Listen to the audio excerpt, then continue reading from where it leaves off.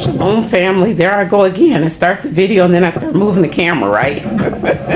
Good morning, shalom, shalom, shalom. This is me. Well, it's morning here for me right now. This is me, Mary C, coming to you yet again with another video.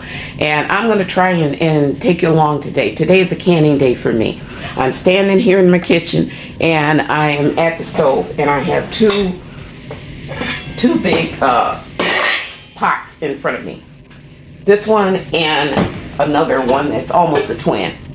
And I am in the process right now of opening up, can you see that? My ground beef. I'm going to fill both of these both of these pots with my ground beef.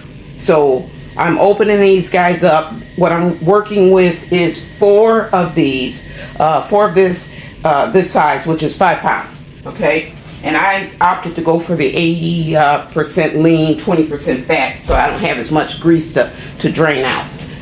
But I have 4 of these guys, so I'm going to fill both of these pots up with the ground beef and begin to brown them. I will be adding onions and seasoning to them, and then I'm going to, but I won't do that. Just wait and I'll show you how I'm going to do it, okay? So I just wanted to show you that's how I'm going to start with the ground beef. Then I also have pulled out my pinto beans. So I've got, these are a few of them because, you know, I told you I wanted to do pinto beans today. So I'm going to do the dry soak method with the pinto beans, and here I am making noise, patting them on the plastic here. But I'm going to do pinto beans as well, as I said beforehand. So I'm going to just take you along with me on this journey. Just for reference, family, I put together this, printed out for myself, this quick reference guide for canning. And this kind of helps you out, especially when it comes to trying to remember the processing times for what foods, and then the size of jars and how many can actually go in a pressure canner. I'm using today my Presto 23 quart canner, and I'm going to be using 2 of them today. And for the capacity for them, if I am going to be using wide mouth pints, I can put 14 of the wide mouth pints. I'll say that fast 3 times. In one of the pressure canners, I can put 6 of the wide mouth quarts in this particular pressure canner. So these are things that I think are important to know. If I'm going to use regular mouth, the regular mouth are the smaller lids and tops. If I'm going to use the smaller size regular mouth quarts, I can get 7 in a pressure canner, in my particular pressure canner, and I can get 18 of the pint size jars that are regular mouth in my pressure canner. So that's one of the things. I also have information on my water bath, but I'm not going to be working with my water bath canner today. So that's one thing that's on this list that kind of helps me out. The other thing, so you might want to do something like this. It helped me, especially when I was just beginning. And, you know, I didn't have to go and reference a lot of the books or get on the YouTube and try to find a video that would help me. I had it in one place, and I usually keep it on my refrigerator, the front of my refrigerator. The other thing and I know I'm looking a hot mess this morning, but you know what? I got work to do.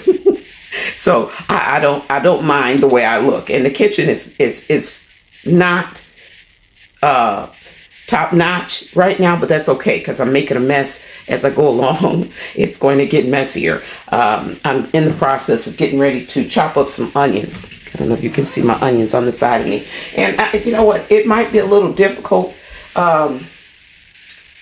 for you to see. I hope you can see everything.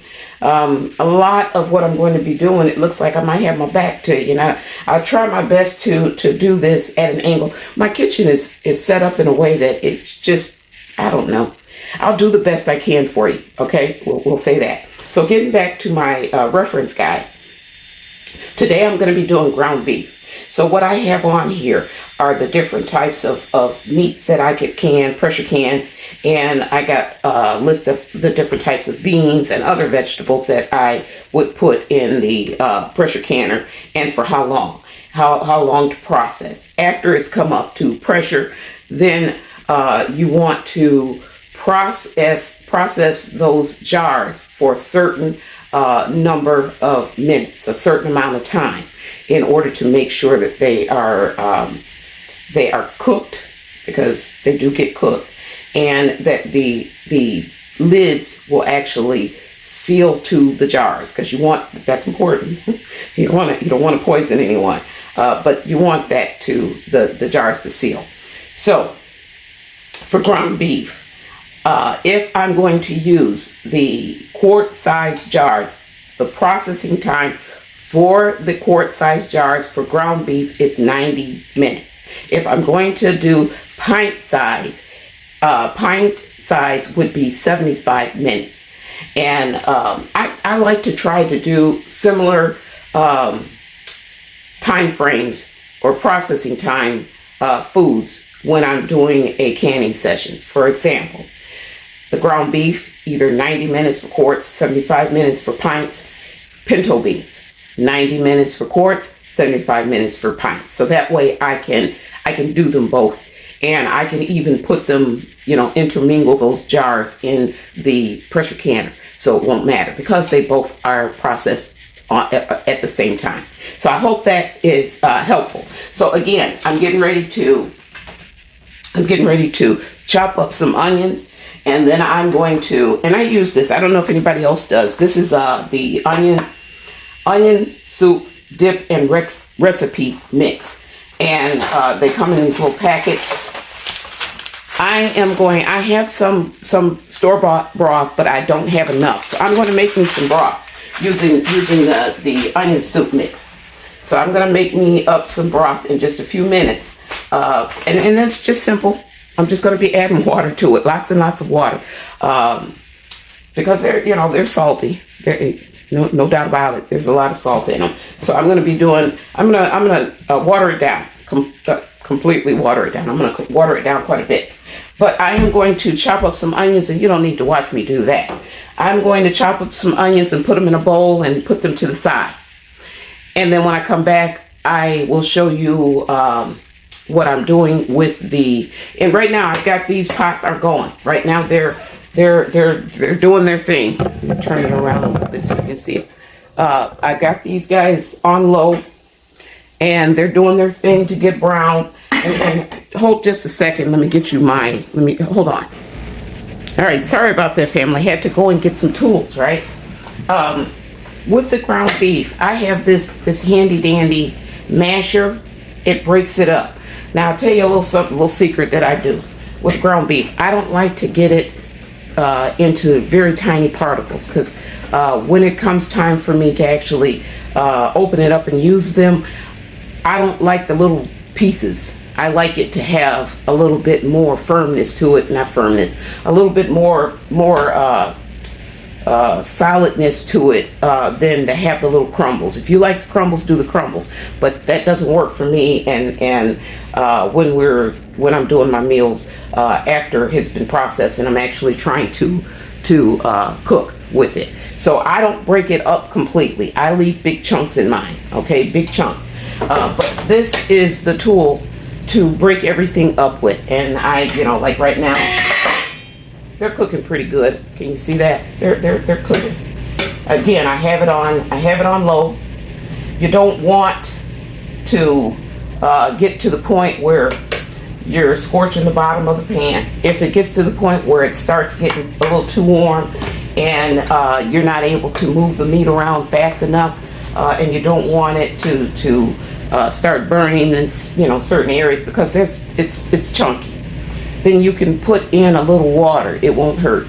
It won't hurt, because when it's all said and done, it's going in the jar. It'll make its own. It'll come up with before it even goes in the jar. I take and rinse them. So, but even after rinsing, a little of that water stays in. A little of it. Okay. So don't be afraid to put a little water in to keep it from sticking to the bottom of the pans. Okay. So where was I at? I'm going to be cutting up some onions, and I will be back. Now that I have the ground beef doing its thing, it's browning and looking good over at the stove, I am now getting ready to focus on the pinto beans. I'm going to get those prepped and ready. As far as prepped, I'm going through, and I've got a strainer here with the good beans. I have a bowl here that will hold the bad beans, and I am sorting in my pizza pan here to get rid of all of the bad ones. And you really need to do that because sometimes there's actually stones and such in there, and then you want to get rid of the halves that look like this. The broken ones I usually get rid of, and again, there's usually some dirt and some stones in there as well. So that's what I'm doing right now, kind of going through and gonna pick through the beans, make sure I get the good ones, put the good ones to the side, and I'm not gonna soak them as yet because they kind of they swell a little bit. So no water yet, so I'm not gonna clean them and put them in the broth as of yet. I'm just gonna go through, clean them, or pick them. I'm going to pick them and separate them beforehand, because I still have to get the jars set up, clean, sterilized, and ready. And then once I get the jars ready, then I will be prepared to wash the beans or rinse the beans real good, and then begin to put them in the jars with the broth. Okay, I don't know if you can see this. Let me see if I can adjust the camera a little bit. Oh, there we go. A little bit over a little too. Sorry guys, but this is me trying to show you that I have 3 boxes here of pint-sized jars. Let me get in the camera view. Sorry, I have 3 boxes of the pint-sized jars. These are all regular mouth. And remember what I said. I can fit 18 regular mouth pint-sized jars per canner, and so I have enough for each canner here, and to fill them up. Will I have enough ground beef and pinto beans? I'm going to try to make sure. What I don't have enough of in the ground beef, I have plenty of beans on hand here, so I'll make up with the beans what I fall short in as far as the ground beef. So I am going to try to make sure that both pressure canners are fully loaded before processing. But I wanted to show you. I am going to open these up. I keep my boxes. I don't know if you guys do, or if any of you other canners keep your boxes. I keep my boxes, and I store my completed or finished product in these boxes, and I cut the plastic over the boxes so that I have a little bit of a cover to put back on them afterwards. So I keep my boxes. I don't destroy them. I cut the plastic, and then I take the jars out, and then when I'm finished processing my food, they go back in the box. I cover it with the plastic, and then they get put on a shelf.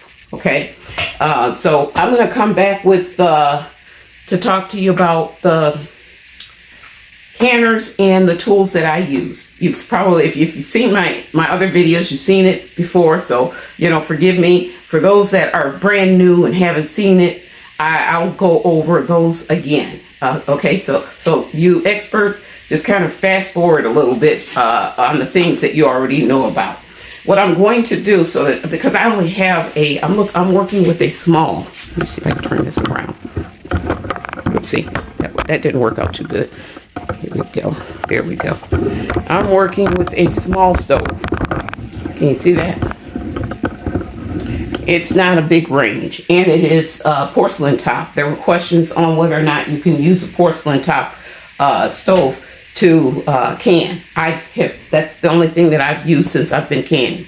And I will actually have a 23 quart pressure canner here and here. You'll see a little later on in this video.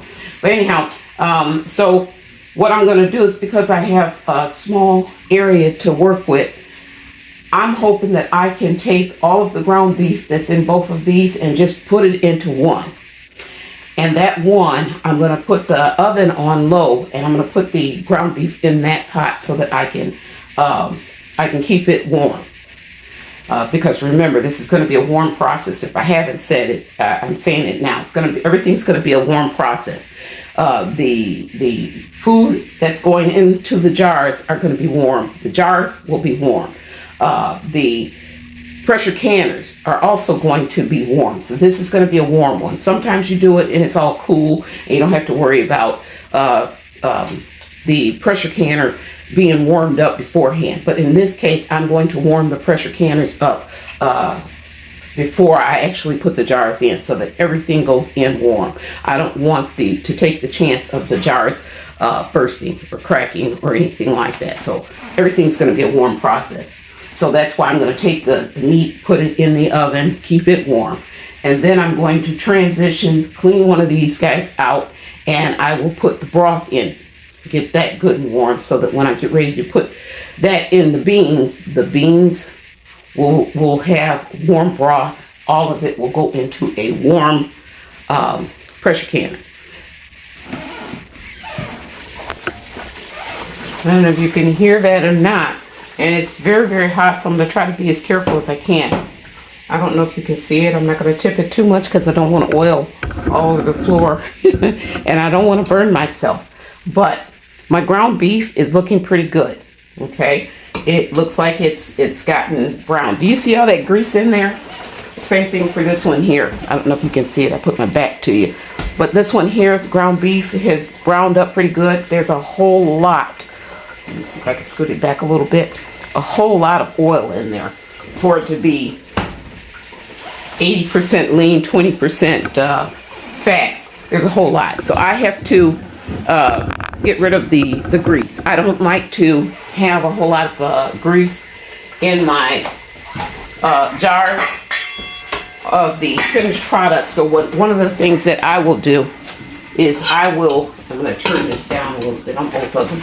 What I will do is I rinse my ground beef. I don't know if anybody out there does the same thing. I'm going to rinse them through some good hot water and remove the excess grease. But one of the things that I do is I throw my grease out. I don't know if if you guys do it that way, but I do. I throw my grease out.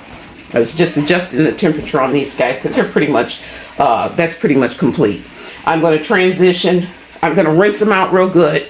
And then I'm going to transition the finished, if you will, the finished product into one container so that I can use the other container to do my broth. I got sidetracked a little bit there.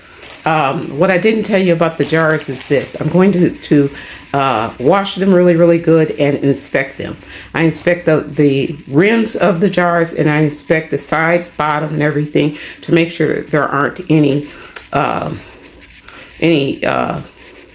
cracks or defects that might affect the canning process. So I'm going to clean them real good, inspect them, and that's how I prepare for getting them ready for the beans or the ground beef or whatever else you're going to put into them. But I wanted to make sure that I said that.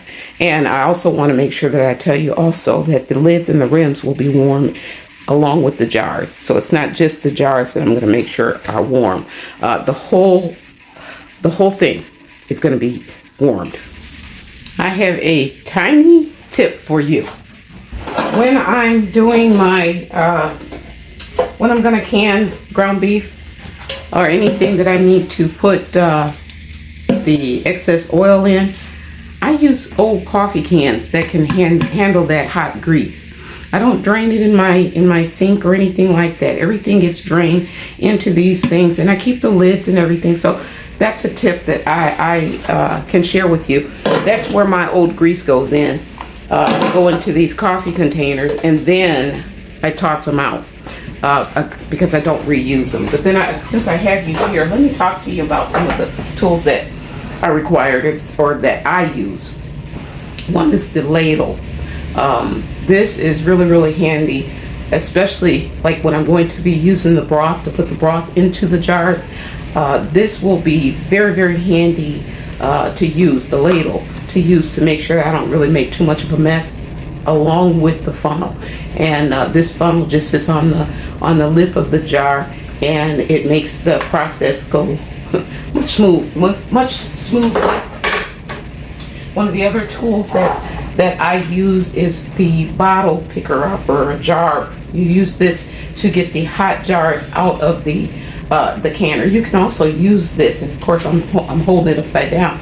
You can also use this to put the jars into the hot water as well, so that you don't burn yourself. So this is my jar lifter. Okay, and this is a debubbler, and I will show you later how to go about using this guy. It has a measurement end, and this is the handle, but this is the end that I use for debubbling. And you want to make sure that you get all of the air out of the jars before you put them in the canner and process them, and this is the tool to use to do that.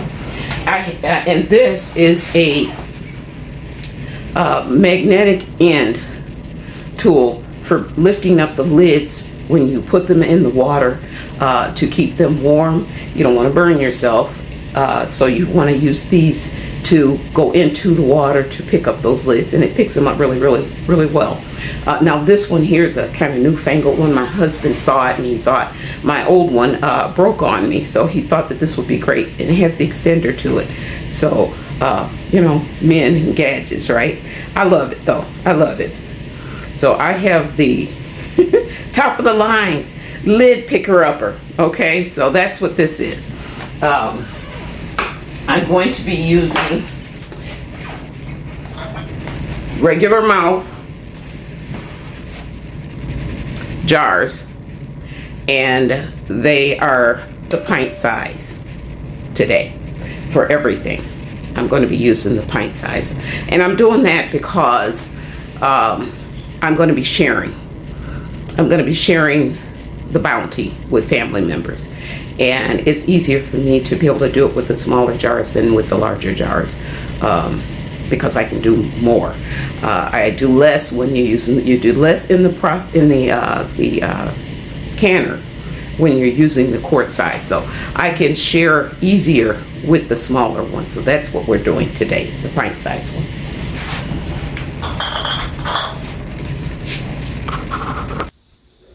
Now my Presto canner, the 23 quart, takes about 4 quarts of water. So what you want to do is, I'm trying to bring you so that you can actually see what I've done. I filled it up. Now you know, I'm not the best at this, so you guys have to forgive me. There we go. I filled it up about 4 quarts of water. There's a line on the inside of this pot. I'm going to put the camera back on its stand, but there's a line on the inside of this pressure canner. Oh, sorry about that, guys. That I am to fill the canner with water. So I've done that, and it is right now heating up and getting warm. I got my ground beef in the oven. I got the broth on right now, and it is warm, and I'm getting ready to now go through and rinse the beans and get them prepped and ready for the jars. And I do have also some jars that have been cleaned, and they're in the oven as well with the ground beef. They're empty jars, and I'm going to start putting the beans and ground beef in those jars. The oven can't fit everything in, so I still have other jars that are going to need to go in. So I'm rotating right now, but we're going to get it all done. It's coming together pretty good so far. It's coming together pretty good. I'm just praying I have enough broth. If there isn't, I'll have to make some more, but I'm hoping and praying that I put enough broth together to fill those jars up that we're going to be doing. So when it comes to filling the jars with the pint jars with the beans, I just wanted to let you know, I normally do a heaping half cup for pints. If you're going to can the quarts, it is suggested that you use a full cup. And when I do that, I use a heaping as well. But I am going to use a heaping half cup of beans per pint jar. And then I also wanted to mention to you that I have my little bowl here, and it is filled with white vinegar, and I use that to go around the rims of the jars once they have been filled, and once I have done the debubbling. I use the vinegar to go around the rim to make sure that it's clean, and it's especially important for when I'm going to clean the jars with the ground beef, because I want to make sure I don't have any grease or anything that's around the lid area, the top area, the rim area is what I'm saying, so that we make sure that we get a good seal. So I'm getting ready to I'm getting ready to fill my jars with the beans and onions and broth, and get those ready to go in the canner. Right now I have both canners on the stove, and they're both warm. I still have the ground beef in the oven, and I have some jars in the oven, and I just took my broth off the stove, so it is warm. So both of these guys are filling the outsides of them. Both of these guys are good and warm right now, and they are ready for jars. So that's what I'm going to do. I'm going to stuff these jars, or get these jars ready. I'll come back when I want to show you how to debubble them. And I might even go ahead and show you how I clean the rims as well. I told you I'd show you guys how to debubble. I'm using the pinto beans in the broth to show you. And I just pretty much go around the edges, just kind of chop inside, just to make sure there are no air bubbles. And for the ground beef, because it's really not a whole lot, so now this jar of pinto beans, it's ready now for me to clean the rim with the vinegar, and I'll do that in just a second. But I want to show you what I do for the ground beef. So the ground beef really does, there's a little bit of liquid in there from when I rinsed the ground beef off to get rid of some of the oil, the grease. So there's a little bit in there in these jars. So I just kind of go around the jars, but you can kind of clearly see how dirty the rim is. So we want to make sure that we use that vinegar really well to go around there. But so I'm debubbling the ground beef at this point in time. I'll take a cloth. You can use paper towel, you can use whatever you want. One of the things that I forgot to tell you about is, before I put the ground beef in the oven just to stay warm, I took and combined those two pots. And when I combined those two pots, what I did was I seasoned my beef. I already had onions that I chopped up, and they were inside they were cooked in the ground beef. But I added, you can add whatever you like. We like garlic, and we like onions. So I just added garlic and onion powder to my ground beef before I put it in the oven. So that's what I ended up doing. So that's when you want to make sure that you are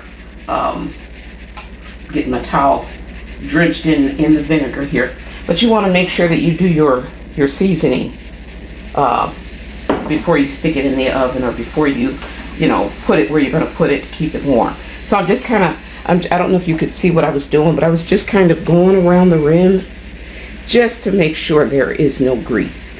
We want these guys to seal, and we want them to seal well.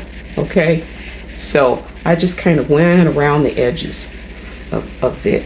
Dip my fingers in one more time, just to kind of go around it. And so that's what we're doing. And then I had taken and put my lids in some water to keep them warm. And so I am right now trying to get 2 lids and 2 rims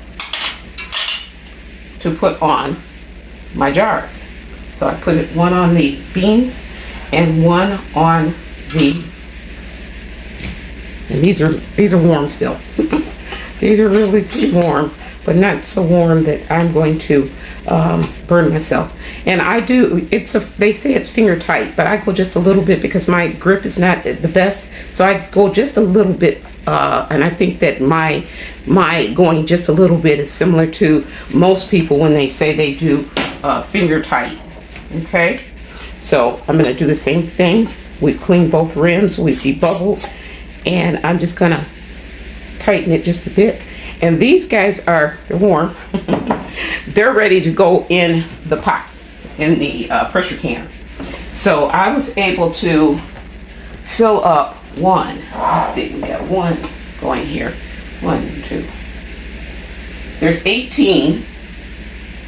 Yeah, there's 18 of the pint-sized jars of ground beef. I was trying to see if I get any more than that. Let's see, 3, 6, 9. Actually, I was able to do 19 jars. Now this one here, I probably should play around with it a little bit more. Now that I've cleaned it and sealed it, I'm probably going to take this one apart a little bit because I see that I do have some. Now I'm going to debubble the rest of them and we'll see how high up the ground beef goes. For the most part, you want to go up to this line, this edge. You want to go up to this edge here. That gives it a, what is it, a 1/2 inch head space. I believe that's what it is. And so normally you want to go up to that line. And I didn't even do it on this one here, so I'm going to redo this one as well. So don't do what I do what I say. Okay, I'm going to wind up taking this off, cleaning those again. And right now it is at the rim, and that's great.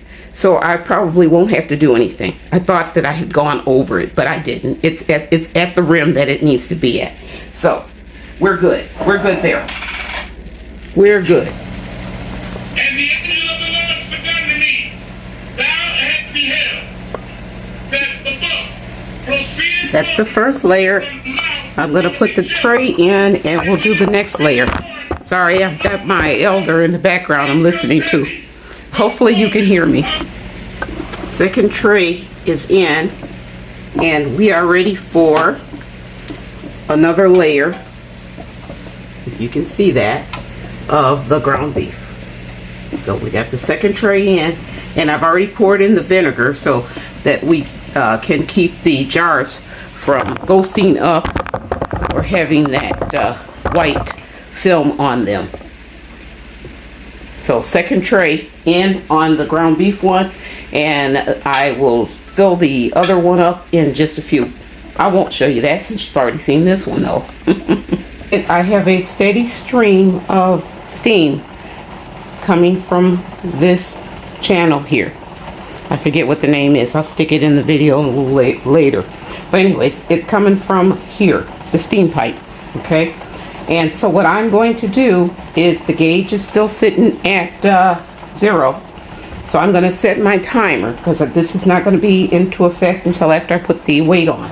So I'm going to set my timer for 10 minutes. When the timer goes off, I'm going to put my weight on here, and then this gauge will begin to rise. Okay, I just want to point that out to you. And where I want my gauge to sit is in between 10 and 11 for my altitude. Check the books, go online, Google it for your altitude to see where your weight and gauge needs to be set. So that's where I'm at right now.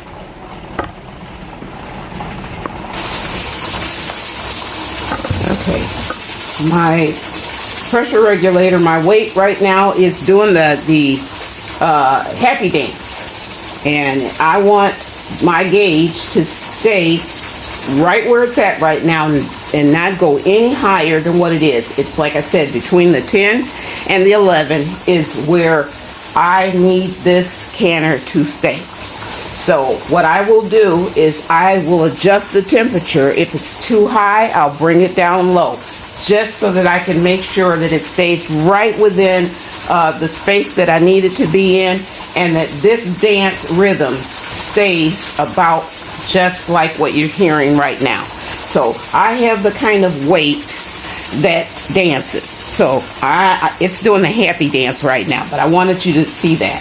the Presto canner, the 23 ounce Presto canner comes with a 15. The weight is 15. What is it? 15 pounds. This one is the 10. And I had to order this one from Amazon because the 15, if you use the 15 and you're waiting on it to start dancing for you, it will not dance because you want it to only go up to 10 for your area if you're in an area with the, like mine, the altitude like mine. Mine is 10. So look and see what yours is. But if yours is like mine and it's 10, the 15-pound weight will not dance. It will sit still, but you can keep an eye on the gauge to make sure and control the temperature that way to make sure that you stay within your the altitude reading of 10 or 11. Okay, hopefully that was pretty clear. So I'm going to let it dance away and just keep an eye on it. I'm down and one more to go. This guy here has completed the course. My plug in the front is down. The gauge is back at 0, and the weight is no longer on it. Let me pull you over so you can see the weight is no longer on here. So it's in the cool down process right now. Okay. What I wound up doing, let me show you what the plug looks like, just so that you know what I'm talking about. All right, here's the plug on this one right here. You see how it's still standing up. That one is no longer standing, okay? This one is still standing because we haven't completed our processing time. That's why the weight is, the pressure regulator is still dancing, and that's why the gauge is still at our location that we need it to be. So this one is still processing. We have not completed it, the process for this one yet. That's why it's still noisy. Now I'm coming back over here to this one here. The process for that happens before the cool down is this. Once the alarm goes off for the 75 minutes or whatever minutes that you have it set for. Mine was 75 for the pint-sized jars. So once it hit the 75 mark and the alarm went off, or the little sound of the alarm went off, I was able to then come over here and I turned the eye of the stove off. So I turned that off so that it would no longer produce that heat. And then when I turned it off, this gauge began to go back down. Once it reached the 0 mark, at that point, then I was able to take the weight or the pressure regulator off of it. And then I decided to wait, and that's probably a good thing because this is really hot and you want to be very careful. I waited until the plug went down. Okay, so it's not standing up any longer. And I'm going to scoot the camera back so that you can actually see what I'm going to do next. Because I'm at the point where I can actually take the lid off. And I want to show you how to do it and to do it carefully so that you don't burn yourself with the actual pot because it is very hot, or with the steam. And the suggestion is this. This is the twist top lock. So I've already twisted it to unlock it. It's already unlocked, and I'm going to just lift it up from the pressure canner and tilt it and then bring it away. So it's tilted and no steam touch me, so that you don't burn yourself, because that's up close to your face and everything. You don't want to hurt yourself, okay? Not at all. So let me show you what we have in here. And I'll tell you, family, I decided I'm probably going to do another load. So this will be 3 for me. The next load that I'm going to be pressure canning will also be pinto beans. But this time around, they are quart size. So they're all ready, and they're ready to go in. So what I'm going to do is get this canner all cleaned up and ready to go, and it'll be a cool, because these are cooled off. The broth is cool, the beans are cool, the jar is cool. So I'm going to have to wait for this pressure canner to cool down a little bit so I can clean it up. And then I am going to do one more batch. Those will be processed because they are quart size. And the quart size, the measurement for the quart size is this: 1 cup of beans. Of course, for the pint size, it was a half a cup. So one cup of beans. I covered it, the beans, with the broth, and then filled it the rest of the way up to the first lip here with the broth. And then did use the bubble, the debubbler, to make sure that there weren't any air bubbles in it. So those guys will go in next. I'm trying to make room here. Just trying to make a little room. Okay, are you ready to see what we have here? And be very careful when you do this. I'm taking one out. Let me get a top holder here. Okay. And this is 1 jar of our lovely ground beef. Okay. Our lovely ground beef. Hopefully you can see that pretty well. It's still sizzling. It's bubbling inside. So I've got a cloth mat over on the counter that can take it. And you know, this is not, I'm not perfect with this at all. And this is a perfect example of that. The other one wasn't filled all the way to the top. But when I was putting them in, they kind of looked like they were all about the same. But you can see this one is much fuller than the first one. So it's not a perfect, I'm not perfect, let's put it that way, perfect science for me. They will come out looking differently. So I've got some lovelies, a bunch of lovely ones. And you will, if the sound of this weight regulator dancing wasn't so loud and noisy, you might begin to hear that magical sound of these lids popping to let us know that they have sealed. So, with all the noise that's going on, hopefully you can hear me. So I'm just going to take them out. That's the first layer that I have I've almost got all of them out. I'm going to take the rest of them out, put them over on the side so that they can cool. And I will leave the tops on them. They will sit overnight, and tomorrow I will come back and I will remove the lids, not the lids, the rings, not the lids. You want to remove just the rings.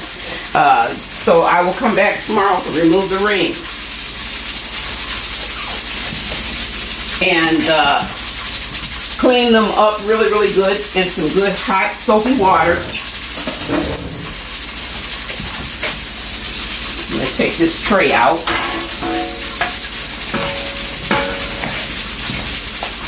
And be careful with that because it is hot. It is hot. And I have another layer below of more beautiful ground beef.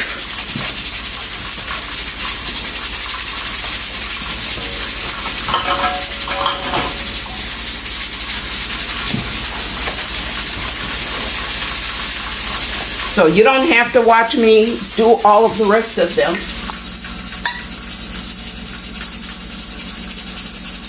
I hope you heard that lovely sound. Did you hear the pop? They're very hot still. But they're going to sit here and you will hear each one of them, that as they seal, you will hear them pop.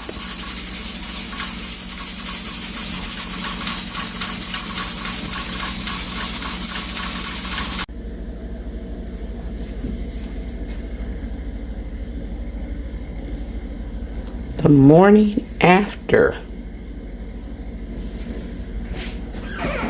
pinto beans came out pretty good. I'm very pleased with them. Now it is time for the cleanup. And I'm going to show you the results of my ground beef. And you can see some of the jars are fuller, if that's a word, are much, they have more in them. Fuller, I think, is okay. They're fuller than others. Can you see? Some are pretty near close to the top, and others are not. And I'm pleased that after sitting overnight, you can see that there really isn't a whole lot of grease in my jars, and that I am grateful for. I did rinse them a few times so to make sure that I would not have a whole lot of the grease. But this is the results. I'm going to put together some hot dishwater, soapy dishwater, and I'm going to take these rims off and scrub them up really good so that I can put them on the shelf safely without having to deal with any critters. We don't have any, but you know, oh no, you never know. So you just want to make sure that you clean them up really good. Okay. Okay, it is the morning after, and all of my jars have been cleaned. But look what I have. You see this? This is that film, that white film that I was telling you about, that will show up if you do not use vinegar in your water. Well, you know what? It will show up when you do use vinegar. I did put vinegar in my water, but here's what happened. I wound up, the water looked like it was getting a little low because I had it on warm to keep the pressure canner warm. And I had put vinegar in it earlier, and it probably evaporated or did something, or it just wasn't enough. So we end up with this white film, and we don't like that. So I found out that if you get just a simple bottle of the distilled white vinegar and you wipe it down, that it will remove that film. So what it does is it gives you a little bit more work to do, but it's not something that's impossible, and it's not something that's, you know, that you can't fix. Okay, so just so that you know, see how it's going away. You can use a little bit of the white vinegar. It just means that you're going to have to scrub a little more, a little harder. And if you can avoid it, avoid it. But white vinegar will help to remove the film, the white film, on your canned goods. So I hope that helps. That's just to let you know that it's not a perfect science. There are times when things aren't going to go exactly how you want them to go. But you know what? Life goes on. Be blessed.